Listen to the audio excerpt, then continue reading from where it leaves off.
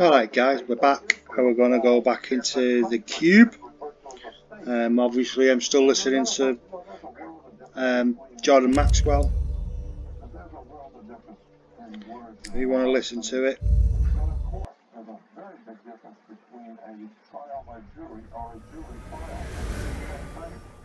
There's a very big difference between California state and the state of California. Doesn't mean the same thing. No. Cal state is the state. We call California. That's the state. But state of California is different. That has nothing to do with California. That's the federal government operating within the confines of the state of California.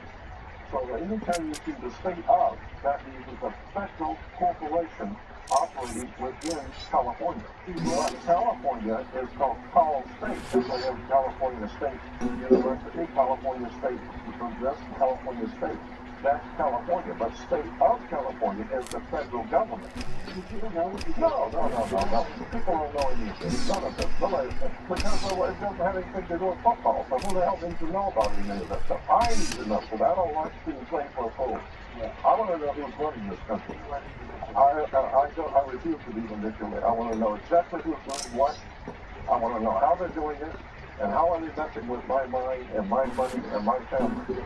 So I want to know. 99% of the people I run into, they couldn't care less about the beer stone and football. Well, they don't care. But when people vote for the president, what is happening? That's you go to the poll. What is a poll? I mean, a poll is when you take a consensus of the people.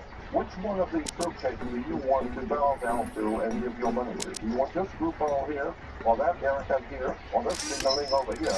We just want to know the basic concept. Which one do you people like? They all work for me, so it doesn't matter about this. So to make you people happy, would you rather have a woman over here, or would you rather have a black guy? Or would you rather have this old white man? Which one would you like? What you think is really Obama? It doesn't matter, because I own them all anyway. Come on, this is a mob. Who is the mob? We're talking to Marxism. We're talking to wonderful. Who are these people? Are you going to be the Illuminati? Just business, nothing personal. Don't take the personal. Oh, you like the book. Look at it, yeah.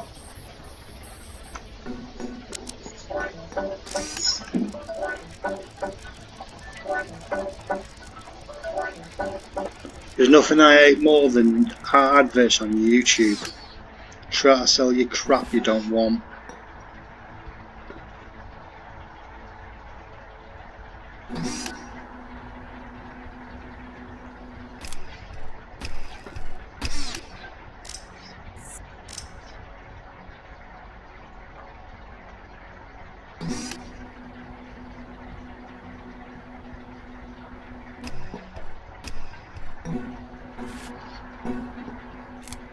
Ah.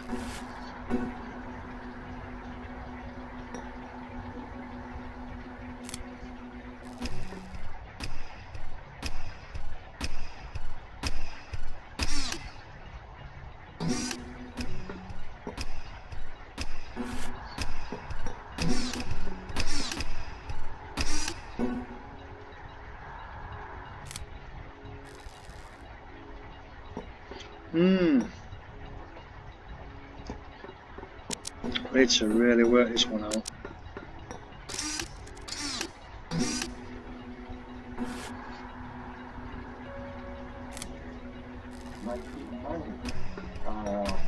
I was speaking at a UFO conference over in Palm Springs, California. And I was speaking at a conference there. And this guy I noticed was dressed typically like a hippie. Had a psychedelic shirt on and thumbs and but he had long hair, all the way on back, long hair, long, and was very soft-spoken. And he presented himself as a hippie. But I knew intuitively he was not. Because his mannerisms, spoken culture, money, his whole mannerism, he's not who he's portraying himself to be. And so he came over to me and he said, Jordan, I'd like to invite you to take you to dinner across the street. I want to talk with you. And I thought, essentially, to go over this guy, it's good to be about maybe 30, 35. And he said, I want to talk with you. I have something to tell you. So would you go to dinner with me? I said, sure. So we go across the street. It was a palm spring during the summer. It was very warm at night. We went to the Mexican restaurant, sat outside, and it was a beautiful night. And he said, I have something to tell you. He said, it's not going to happen right now. It's going to happen later on in your life. You don't have to worry about it now. But one day, you're going to have 2 men come to you, and they're going to ask you to go with them to a very important city on the East Coast. And they will not threaten you. There will not be any threats. They're going to ask you to come with them. And they're going to bring you to a very important place. And that is where very powerful people are. And they're going to, and the reason why they're coming toward you is they have a business proposition they want to make with you. They got a business proposition. They want to talk with you about it. And if you can agree to go with them, so they will not harm you, and it's a very good Christian commit. And he said that when you go, the building you will go into has, I can't remember if he said 12 or 13. I think he said 13 steps. It's 12. Anyway, you can look at, there will be the beautiful marble steps. It will be 12 of them. And when you're watching up those marble steps, you remember I told you that this is going to happen.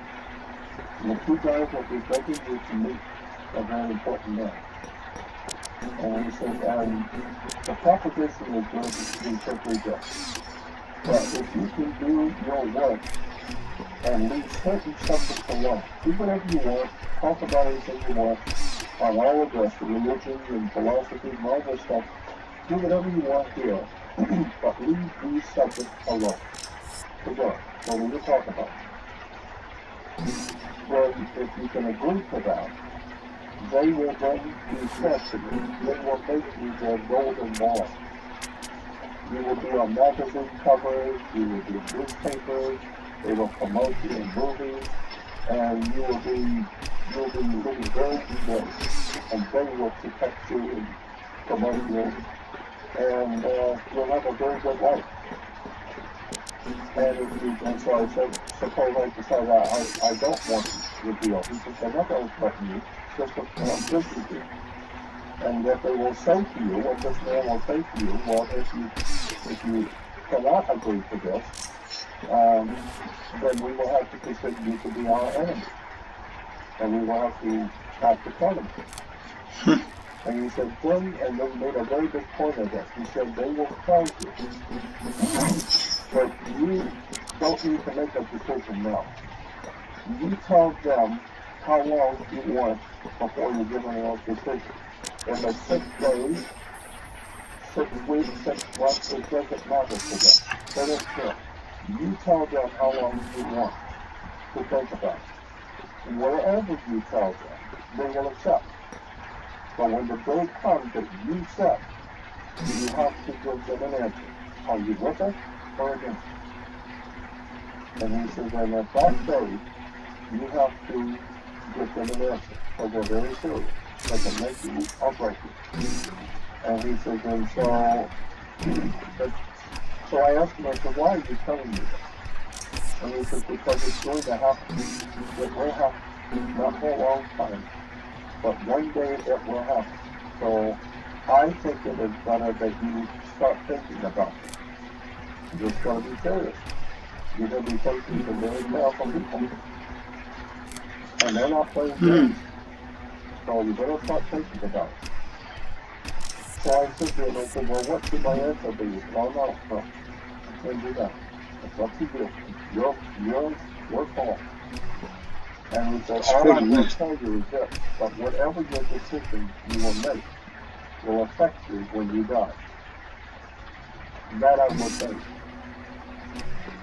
If you make the wrong decision when you die, you're going to pay for it on the other side. They're going to be waiting for you. So the implications was, I got from it, if you want to live good now, go with the flow. But when you die, you got spiritual price you have to pay. If you sold out, kind of thing. He didn't say that, but that's what I gathered. That whoever your spiritual companions are in the universe sent you here not to sell out. And so he just said, just think about it. It'll come one day. That's it. And so he used to show up every now and then. He would show up at lectures of mine. I could see him constantly. And I said, what is your real name? He said, not important. He called me Kcin. He was always very, very kind, very courteous, very generous with me. And he would pop up all the time. Anytime I was speaking in San Francisco, he'd pop up. And one day, quite a few years ago, I was in San Francisco giving a lecture, and a lady was buying a paper book from me at my table, and the book fell on the floor. And I couldn't go around the table and pick it up for her, and the counsel was standing next to him. So he leaned down to pick it up for her, and when he did, a medallion fell out of his slippy shirt. And the moment I saw it, I knew what it was. It was a brilliantly designed double-headed eagle, Masonic double-headed eagle, with a triangle of a red, probably ruby. It was about that size, but it had a triangle ruby with 33 embedded on it, cut on the ruby, and it was sitting on top of the double-headed eagle with two bases. And when I saw that, for the first time I reached out and grabbed it with a long This is a hard one. And I said, 33rd degree Mason. And he said, no, council of 33. He's not just a 33rd degree Mason, he's on the council of 33. And Washington, D.C., there are 33 men that run world Masons. And it's called the Council of 33. And he's on it. And I said to him, Cosmos, was you a 33rd degree when you talked with me 3 years ago in Palm Springs? He said, yes. And I said, sorry guys, just got into your leg. what's going on here? And he said to me, Jordan, you go all around the world talking about political leaders, talking about the Queen of England, you badmouth the Pope, you badmouth people, you jumping on everybody and doing what you're doing. Has anyone ever harmed you? I said, no. Has anybody tried to arrest you or to fight you or do anything to you? No. He said, have you ever wondered why? I said, I've never thought about it. He said, no one has harmed you because of us. We are protecting you. We follow you everywhere you go. We know what you do. And we're protecting you. The Council of 33 was protecting you. And I said, I really don't understand this. He said, you don't need to. All you need to know is that we are protecting you. We know exactly where you are, and where you're going, and where you go, and no one's going to harm you. That is exactly the kind of protection. I thought, wow. And then Dr. Charlotte, with some of his papers later on, that hasn't happened, what he said. Hasn't happened yet. So I wouldn't have been surprised if it does maybe in the future, if things really start to get big, and more people are healing, and there's just event somewhere along the line. Because I had an FBI agent back in the late 90s, an FBI agent called me from San Diego. I was in Los Angeles. And this guy called me from San Diego, and he said, I'm going to be with me, special agent, somebody from San Diego. And I said, just hold on. I said, I'll call you back. And I hung up. So I called this agent in San Diego, got FBI training. I called that number and I asked him, and he comes on the phone. So now I know he is FBI. So I said, okay, now I'll talk to him. And he said, I'm calling you as a social call, not business. I just want you to know that the people who work in the FBI, the working class people, we know who you are and what you're doing, and we like what you're doing. We don't have any problem with what you're doing. Many of the people in the FBI like what you're saying. And right now, I just want to let you know, your government does not see you as a threat. They don't feel like talk about the Pope and about religion. And they don't really see you as a threat because you're not talking about arms and overthrowing the government. They don't see you as a threat at all. But he said the reason why they don't see you as a threat is because they know people are hearing you, but nobody's listening. But when people begin to listen to you, now they're going to have I'm trying to figure this one out. because now you can be politically moving. So as long as we see people are pursuing you like they hear everybody else, it's fine. But if we see people starting to listen to you, then we'll have to take another look at it. And we said, but right now, let me tell you one thing for sure. We in the FBI and your government does not see you as a threat. But if ever you're going to seriously be in trouble, let me tell you who your enemies will be.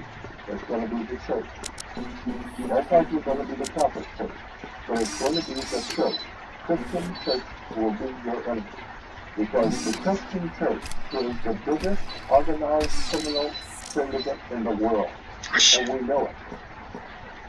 The people who are actually running Christianity, both Protestant and Catholic, behind the scenes are the world's best criminals.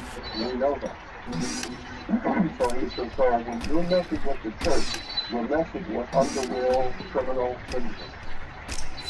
Money, politics, sex, drugs, the whole thing. They're running it. And we know that. So the government, your government doesn't see you as a threat, but you keep messing around with the church and the Pope, they're going to see you as a threat. So I have a young friend who was double dating with another guy, and he called me after the couple of days later. He said, yeah, I went out a couple of days ago with my girlfriend and we double dated with another couple. And he said, this other guy was a Mossad agent. And he said, so at dinner I asked him if he knew anything about you. And he said, well, Israel knows all about you. We're painfully well aware of it. Yeah. However, there's nothing we can do about him because he doesn't suggest take the arms, guns, nothing. So he's only talking, so there's nothing we can do about it. And he said, but Israel feels that he could be a very serious threat to Israel if he undermines our religion. If he undermines the Jewish religion, that would reflect on Israel politically in the Middle East, and that would be very dangerous. So we're watching him. But there's not much we can do about it right now, because we can't suggesting overthrow of government or anything there. I just think those incidents are interesting. I was speaking at a conference in Pasadena, mid-90s. And there was like 600 people in the audience. It was a very big conference at a big hotel in Pasadena. And I was a keynote speaker on Saturday morning. I spoke for 2 hours. And about a week before the conference, Norio Hayakawa, who Bill probably knows, Norio Hayakawa and Gary Schultz were putting it on, and the name of it was called Need to Know Seminar. And Norio and Hayakawa and Gary Schultz put on the best shows on the ever sensational. It was really interesting with that. They had great speakers, and it was great with that. It's hard. Gary called me about a week before. It's timed. He said, we're going to go over to the hotel just to look around.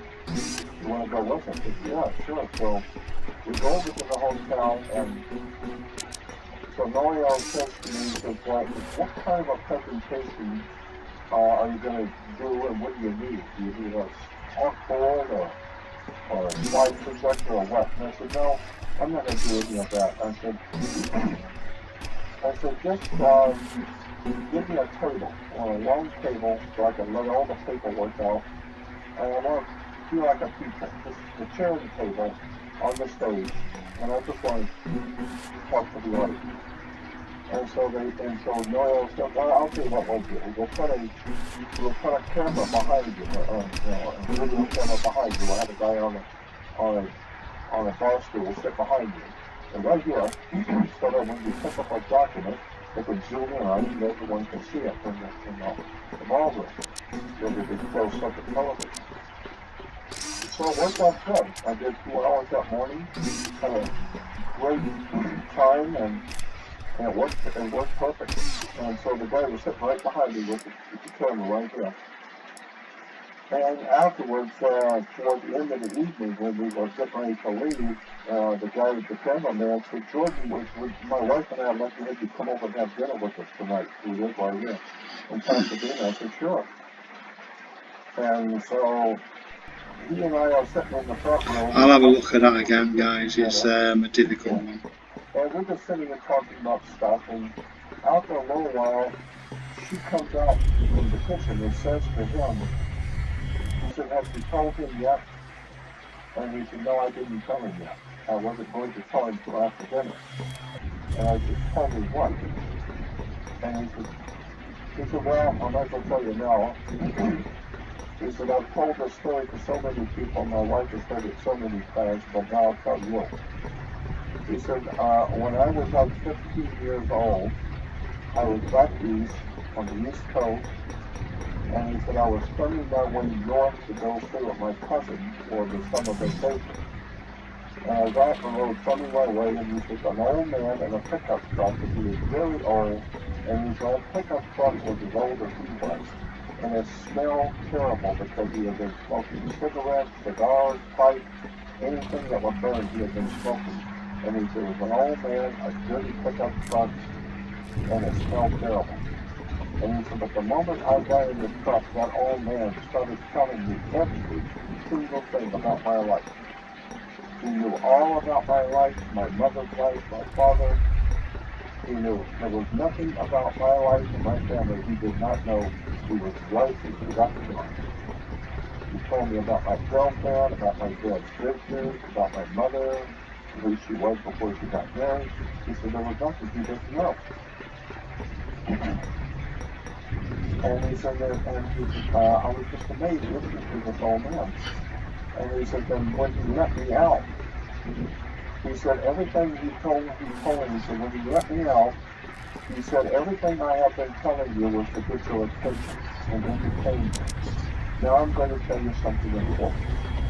After you're 50 years old, you're going to be on the west coast of this country, after 50. And one morning, you're going to be on a stage with a man sitting at a table with a bunch of papers, and he's going to be speaking to a very large audience. And you're going to be sitting behind him with a camera, but that camera doesn't exist now, but it will then. And you're going to have a special kind of camera. And that camera will allow him you will have the camera right on his shoulder. And when he picks the paper up, that camera will allow people in the audience to see what he's talking about. But that kind of camera doesn't exist now, but it will then. And when you find yourself on the stage with that man sitting at the table talking to the audience, you tell him, I put him there. He's not there by chance. I put him there. So that he doesn't think it was his idea. You tell him that I told you that you would be behind him with a camera, and he's going to be sitting at a table with papers, and that I put him there. So that he will know nothing he does is by chance. I put him there. He does what I tell him. And he says, so I've told everybody, I've heard this story for years, people I've told. And he said, but it wasn't until this morning when I'm sitting there on the damn stage with you and the camera. And he said, and I was so busy getting things set up, I wasn't thinking about it until you started talking and it hit me. And he said, I looked at the audience at my wife. And she nodded her head. Yep, this is him. And she said, and he said, I was shocked. I just turned 50 years old. I'm sitting on the stage with a camera behind you. And he said, you would be sitting at a table with the paper on a table, talking to the audience. And he said, so I have to tell you that I was told, like, 35 years ago, or whatever it was, that I would be sitting with you this morning and that you would be sitting at that table doing what you're doing. And he told me to tell you that that wasn't your idea. So you can think that was your idea, but he told me a long time ago what you were going to be doing that this morning. So I thought, wow, man. So I was visibly shaken, emotionally shaken, and tears came to my eyes. I got up and wept. As I walked out, he was upstairs. I was walking down at night, and I took a long walk and came out to walk with me. And there were tears in my eyes because I was scared. That was frightening to me. And I said, I don't understand. He said, I don't either. Just tell me what the old man said. I don't know how to explain it either. But he told me that you're going to be doing what you're doing, and I would be sitting behind you with the camera. And when that happens, he told me to tell you that wasn't your idea. He took you there this morning. So I thought, wow, what a trip. What? Yeah, no. Really? And it fits exactly the story of the girl's father in the 19. Exactly. It wasn't just the girl's father. That's something completely different. Totally. You know, this reaction to it, maybe they were taking that form to suddenly just a moving message. And in both cases, that message seemed to be something that indicated that they knew exactly what you would be doing at a particular time or phase in your life in years to come. It was all part of some orchestrated plan. And it would seem to be a benevolent orchestrated plan. Yes, because I don't feel fearful and I don't feel frightened. But my gut feeling is, and I totally feel this for sure, that there is a very powerful, unseen force of good, of protection, that has the oversight and the ultimate power. And it's watching all of this chaos that are going on the earth, but it is above it. And it can call the shots in at any moment, step in and intervene in mankind's affairs. And it's just like above it, watching the kids play. While the kids are doing things wrong, and this kid's doing things wrong too, and they're all doing bad things. So he's watching. And when he decides to stop in, he'll stop in. And everybody's going to know it. So right now he's letting you go out and play your game, do whatever you're doing. But I'm watching. I know what you're doing. And so I get this thing. My interpretation of it, and I just can get this with this interesting suggestion, is it was more like a referee or an umpire at ballgame who's keeping things fair so that the few participants have got a good chance in the game without being overwhelmed in such a way that I like that. Yeah, I like that. I think you're right. That makes me kind of sound like they're making sure that the thing is balanced. I don't believe in that kind of certain because I like to think, as you know, Yeah. you and I have become hundreds of thousands of others here. And we wouldn't set up for this lifetime with this game fixed and often it's going to be predetermined to some cell end. I don't believe that at all. I think that we are in the chance of this game. I think that's why we are here, because of this time. And every now and then, what intervention there is something that keeps that being balanced in such a way that we get a chance to exercise our own responsibility to do outcome of this nightmare. And that's my personal take on it. Personal responsibility. You and I have discussed this back and forth, but I totally agree with you. Yeah, I think you're right. That there's some higher force. I know there's a higher force. I know that there's a higher leadership power. That I know. and I know it's protecting me and others. And I know it has its own agenda. These things are already necessary. Tell the story. It's a long story. It's not so really standing for that experience that you had with Paul Tice and Paul and Ivy. and Ivy. Yeah. Living in the Nevada desert. Right. Eric is the one talking about a little old lady Right. in the desert. You tell that story. I had a friend, a Mexican friend, who worked at General Motors. He was upper management at General Motors in Los Angeles. And he was getting married. He lived in Palmdale, which is about 50 miles north of Los Angeles. And so he was getting married, and so he wanted me to be the best man at his wedding. And so the idea was that Saturday morning, we'll get married that night. Saturday morning, I was driving up to stay with them while they were getting ready for the wedding that night. And so I went up to stay with my friend, and the girls and the girl and my mother and the girlfriends were out shopping and whatever. And so the girls went out to the market. And they came back from the market, and there was an old guy in an old beat-up car following them. And when they got out of the car, he gets out of the car and follows them up to the house. And Carlos and I are sitting there looking at this old guy coming, and he said, "Who is this?" I don't know. And so when she comes in, she said, this man met us in the market. And he said, I know that you're getting married tonight, and the best man at your wedding is at your home, and I need to talk to him. And she said, "How do you know I get married?" He said, "I already know who you are. I know you're getting married, but the best man at your wedding is at your home, and I need to talk to you." So she said, she obviously didn't see him as a threat. And so I said to him, "Well, that's me, so talk to me." He said, "I've been told to tell you something. That a year and a half from now, you're going to have an extraordinary encounter with your friends from out there. And they sent me to tell you that. And the event is going to happen way out in the desert." And I said, "Well, sometimes I go out to the desert here in California, look for UFOs." And he said, No. This is not going to be California. It's going to be east of here.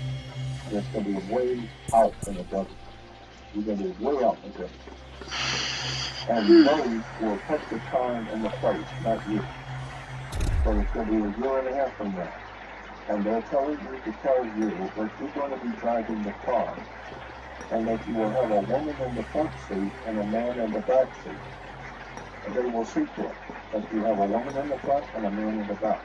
And the reason why is because they want both a woman and a man to be a witness to what's going to happen. But the event is for you, not for them. But they want two witnesses. But they want a woman and a man to be a witness. But it's for you. Your friends are going to show themselves to you. Year and a half. And that's it. Yeah. And a year and a half later, I was speaking in Mesquite, Nevada, at a big UFO conference called Bob Brown. And that was in Mesquite, which is like 60 miles northeast of Las Vegas. And I had brought with me my lady friend from Hawaii, who was a talk show host in Hawaii, Ivy West. And my publisher friend, who was living in San Diego, where I was at the time too, my publisher friend, Paul Tice. And so Paul was in the back seat, Ivy's in the front seat, and I'm driving. And we're coming back from Mesquite Sunday morning early. And just as we're getting into Las Vegas, I said, out of nowhere, I said, "Have either one of you ever been to Area 51? He said, "No." "You want to go?" I said, "Yeah, let's go." Well, I had been given an invitation to go to the little AVN by Joe and Pat Travis, who owned the little AVN, because they used to hear me on my show. I used to do a radio show, a late night talk show in Las Vegas. And so they could hear me. So they used to call me and say, come out to go back, guys, come up and visit. And so I never did. But so we decided, okay, we'll go. So I called them, and they said, yeah, come on up. So on the way up, it was 135 miles north of Las Vegas in the high desert of Nevada. That's a little Mickey Mouse and I do mean small little establishment out there in the middle of nowhere. And it's actually just a big bar, restaurant bar, and then there's about 6 or 8 mobile homes which are rented out the rooms like a motel. It's a little mobile home, they rent them out like a motel. And then there's a mom and pop grocery store, a little service station, and that's it. And it's called Nitro, Nevada. And so, and across about a mile or so to the mountain, on the other side of the mountain is the military base, Nellis Air Force Test Range. And very highly secret stuff going on out there. So anyway, we're driving up, and so I told Ivy and Paul about the prophecy, and I said, here he is, and exactly a year and a half later. And he said I'd be driving, and a woman in the front seat and a man in the back. So I said, don't be surprised if, something happens to us. I don't know. So I'm glad I told him before it happened. So we get up there, and that night we're sitting around at the bar and talking, and so when they were getting ready to close, I asked Joe and Pat, the owners, I said, where do we go to see UFOs? Because it's a very famous place, Area 51 for UFOs. So Joe's with his cold humor, he said, you don't have to go anywhere, they saw you. He said, just sit out in the car, they'll find you if they want you. And so Pat said, well, if you want to go where all the tourists go back out in the highway. And this is out New York. A highway out in the middle of nowhere. There's a little Mickey Mouse place out there. And so she said, go back out the highway and go back toward Vegas, exactly 19 miles. Put it on your speedometer, exactly 19 miles. Because at the 19-mile marker, you will see a big mailbox and a big parking area and a road. Park at the mailbox. And all one of the flight paths is over the mountain right there. So anything coming in or going out is going to go the other way. So if you're going to see something, most likely that's where it will be. So go back to the mailbox. So we get in the car, I'm driving, woman in the front seat and man in the back. And I get out the highway, and instead of turning right, as you just said, to go south, I turn north. Turn left and go north. Ivy didn't catch it, Paul didn't catch it. We're just talking, and we just realized we're going the wrong way. So we slowed down. Now it's about 11:30, 12 o'clock when we left. When we got out to the 19-mile, we're slowing down. And then Ivy says, wait a minute, we're going north. She said, go south. So I said, all right, well, why don't we just turn around and go back. We got the room for the night. And we'll go back out tomorrow night and do it right. So she said, okay, so we'll stop. Well, now it's like midnight, and it was totally overcast. You couldn't see nothing. Totally overcast. And it was like midnight. And it's 20 miles north of again, which is 135 miles to start with. Now it's 155 miles out in the middle of nowhere. And so I pulled the car to a stop, and where I stopped there was a wide dirt road going off into the desert, and it was a well-kept dirt road. And Ivy said, let's go out in the desert. Let's drive out there. And I said, Ivy, you're in the desert. You're not going to see anything out there you wouldn't see here. And tonight, you're not going to see nothing anyway, because it's totally overcast. I don't want to go up the desert. And Ivy insisted, and Paul, jumped in and said, let's go out in the desert a little bit. And I said, why? Go out in the desert. So I drive out in the desert, I'm driving out, I go out 2 or 3 blocks, and all of a sudden, I got this overwhelming feeling that we had done something wrong, and I was legitimately scared that we had done something wrong. And I said, Ivy, I'm getting out of here. I don't know what it is. We didn't see any sign that said stay out, nothing like that. I just felt something was wrong. I stopped the car, I backed it up. And just before I took off, Ivy and Paul jumped on me and said, just stop the car. There's no signs, we were not on no faces or anything. Just stop the car, we'll get out for a minute. I said, Ivy, something is wrong, man. I'm feeling it. I want to get out of here. I'm serious. If you stop the car, we'll get out for a minute. So I turned the key off. We get out, and when you shut the door and the lights are off, there's no stars, no moon. It's totally overcast. It's pitch black. No lights. Period. And you have to hold on to the car to hear voices and you can't see anything. And it's a spooky feeling. I've never had that experience before. And in the total darkness, any light you see immediately. And so while I'm still, we couldn't have been out of the car 30 seconds, not even 30 seconds. And all of a sudden, the cloud opened up, like a little bit of an oval opened up. And you could see stars. Well, the moment it opened up, we all three saw it, because there's no light, any light you see immediately. And Ivy said, look, the clouds are opening. And when she said that, two bluish-white disc-shaped things, glowing bluish-white, were absolutely gorgeous, beautiful. And they came in when the clouds opened up, but when they came in, they didn't die in. They kind of floated. They just floated in, and they floated close to the cloud above them so that the light was reflected on the cloud above them, bluish white, and they were glowing bluish white. And as they came in, two of them, beautiful, saucer shaped things, very slow, and while we're watching them, 5 more came in behind them. Now there's 7 blue, white discs, and they come over us, all of a sudden and stop. I was absolutely frightened.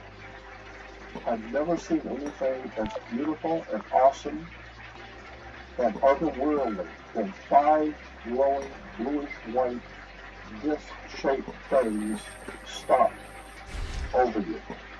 And instantly they changed. And they were in a quarter of a second, boom, they all changed positions. I thought, God, how'd they do that?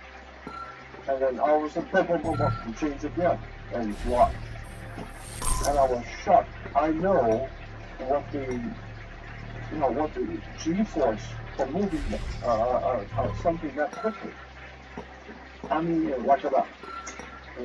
Locked and stayed in place. And I said to Ivy, I'm getting out of here. I don't know what this is. I don't want to know. I'm scared. I want to get out of here. And I got in the car. I climbed it up. And Ivy and Paul loved it. They said, God, look what they're doing. How beautiful they are. 7 of them. And I said, get in the car. You're going to walk home. I'm leaving. And they got in the car because they knew I was serious. They rolled the window down and looked out as I flipped on the lights and took off. And when I flipped on the lights and took off, Ivy and Paul were totally berserk. Now they're both frightened, and Ivy and Paul are screaming and crying and yelling. Now she's really frightened. Now she's scared. Me, I was already scared. Now I got a woman in the front seat who's going ballistic on me, and I'm already frightened. And I'm screaming at her to shut up. And I'm driving fast and speeding toward the highway. And all I could think of was I don't want to overshoot the highway, and go out on the other side and crash the car. But she's yelling and screaming, and so was Paul. And I stopped the car quickly, and it was very quick. Maybe 2 seconds. I just stopped the car and opened up the street that they were screaming about, and those things were right down on us. Big. Still bluish white, but very big. Moving all around. I was frightened to death, and I stopped and shut to the highway. And as soon as I could see the highway coming up, I knew I was going too fast, so I hit the brake and skidded all the way up to the highway. And as I came out the highway, the car skidded sideways And the moment we hit the highway, all three of us felt totally safe again. All three of us felt it. We're all right now, on the highway.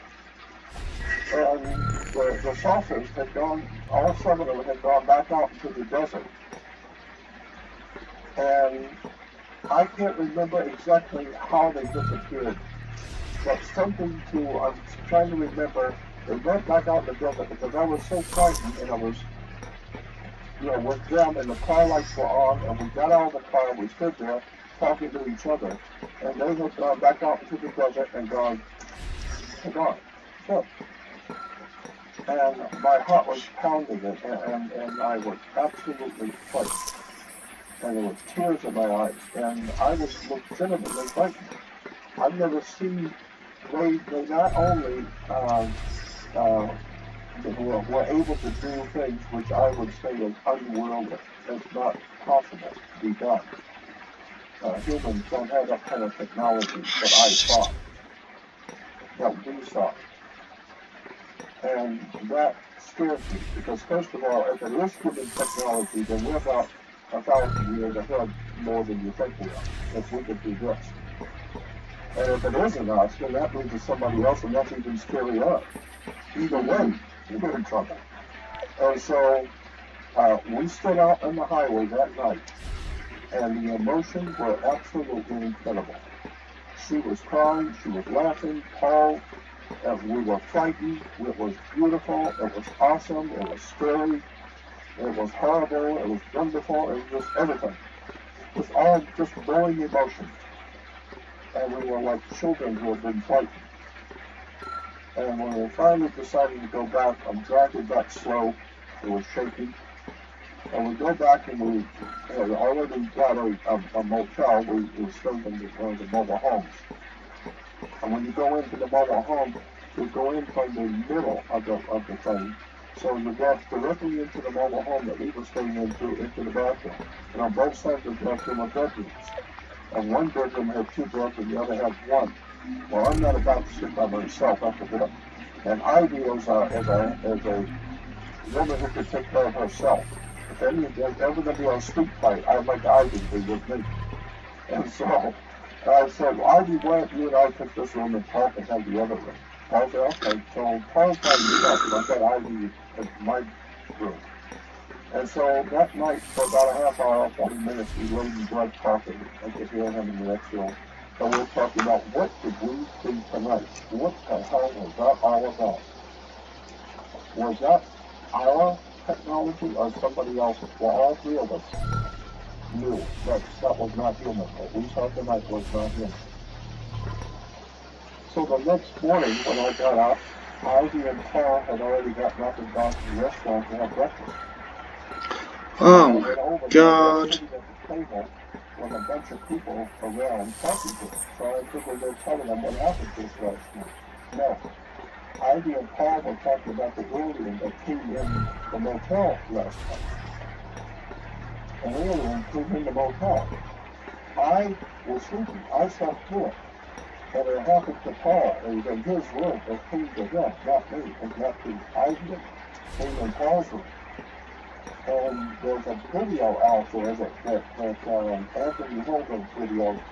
Anthony was up with Area 51 one time later on, 2 years later, and Paul and I happened to be up there also, and we were telling Anthony about it, so he wanted the video to take the interview. And it's called Alien 51. It's a video put out by Anthony Holden called Alien 51. And in there is Paul Price and myself at Area 51 telling the same experience. And you'll hear Paul tell it himself. What happened to him. And Paul did not want to talk about it because it scared him. He was legitimately frightened. This alien came into Paul's bedroom.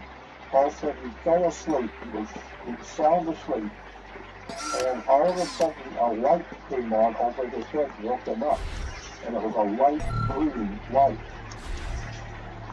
And he said very light, it wasn't very bright at all, but just enough to wake him up, and it was a light green light, And he said he looked up and it was an alien face with the big eyes, with, you know, the normal alien-looking face. But you could see through it. It was a hologram. You could see through the face to the ceiling. And he said then the hologram went down the ceiling and hit the wall and came down to it was even with him sitting in bed.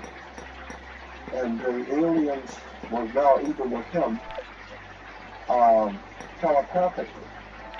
Asked Paul, what are you doing here? Who are you and what are you doing here? And Paul said, I can understand it well. I know exactly what you're there. And I'm trying to think the answer rather than speak the answer. I'm thinking it. And he said, when I started to answer him, he said, all of a sudden that thing went through his memory tract. He said, everything that ever happened to me in my life, I saw in an instant. Everything. He said, it was able to download my psyche and my brain to see everything I'd ever done. And he said, I knew I had no control over it. I was just seeing everything in my life going by. And he said, then this alien told me, telepathically said, you're okay, you're all right. And he said, and then it went through the wall. And the other thing, he said, while it was talking to him, the room was moving. He said, I could see the door going past the alien. I could see the window going past the alien and the door coming back around. And he says, in my mind, but in my mind, I was seeing the wire circulating. But it was staying where it was, not moving. And he said, when the alien told me, you're all right, you're okay, it backed out, it went backwards, it went through the wall. Well, Ivy said, as she was laying on her left side looking into his room, and she said when she woke up, something woke her up and she saw this glowing green color on his wall. And the moment she woke up and saw that, she said a small, tiny pinlight, red little light, came through Paul's room and zipped in and came right over the top of her. And she was paralyzed. She said, I couldn't move, I couldn't scream, I couldn't do anything. I couldn't move. This little red thing was sitting over the top of me. And she said, and I saw the light go at will. That little red light shot back out and followed. And it was gone. And she said, so I got up and went in there and thought of Paul. She said, you were sound asleep. And she said, and so Paul said that this thing had told him, you're okay, you're all right, and it left. And so I listened to this, and I said, I didn't see anything. And when I said that, Pat Travis, the owner of the restaurant, she's very knowledgeable about UFO stuff. And Pat said to me, she said, no, they know who you are. They were just playing with your friends. They just play this way, and sometimes they do this with people just to scare them. They were playing with your friends. But they know who you are, they're not playing with you. And so I thought, wow, that was, to have her say something like that. And so, but that's exactly what, the old man had said. So, a couple of days later, we left, and I drove Ivy back to the airport in LA. She went back to Hawaii, and Paul and I were living in San Diego, so we drove back. And I was working for a company called Kcin Company in San Diego, and Paul was my publisher. And so this all happened in the first week of December of '94. December of '94 is when we had this whole experience out there in the desert with these 7 UFOs and the alien coming into Paul's room.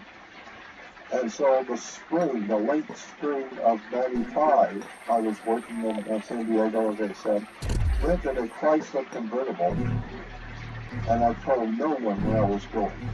And I drove back up the area for by myself. I didn't tell Paul, told nobody, and the people I worked with. I just took off and went, and I rented a Chrysler convertible, and I drove up there, and I wanted to go back to where I had the experience. For some reason, I just wanted to go back. And so I got there, and that afternoon, about 4 o'clock, I drove out north, 19 miles, down the road and go back out on the same road. I wasn't going to stand there when the sun goes down or when it gets dark. I did want to go out there after the sun goes down, but when it gets dark, I'm not staying out there. And so I sat on the back of my car with my feet in the back seat, and I talked with them. And I said, look, I know you're here, and I know you can hear me. And I also know that you don't have any, you don't wish to harm me, and I know that. If you did, I wouldn't be here. So I know that you don't want to harm me. I want you to understand that I'm willing to do whatever it is I'm supposed to do with my life. If this is some kind of a spiritual experience I'm having, I want you to know that I'm willing to do whatever I'm supposed to do. But I have two favors I wish to ask of you. Two things I would ask you. One, don't take me anywhere. I don't want to be abducted. I don't want to go anywhere. Just leave me alone. And two, don't frighten me in my bedroom. I don't want to wake up and be frightened in my bedroom. I've got a bad heart, been through too much. Just leave me alone and don't take me anywhere. Show me what I'm supposed to do. Tell me what I'm going to do, and I'm happy to do it. Don't take me anywhere or frighten me in my bedroom. And I said, thank you, goodbye, and good luck. And I got my car, turned around, and went back and spent a couple of nights with doing that. Then I go back to San Diego, never told anyone. About 4 or 5 weeks later, Paul Price calls me and says there's a young lady he heard about down on Coronado Island in San Diego. I'm gonna call it a day, guys. Take care, see you soon.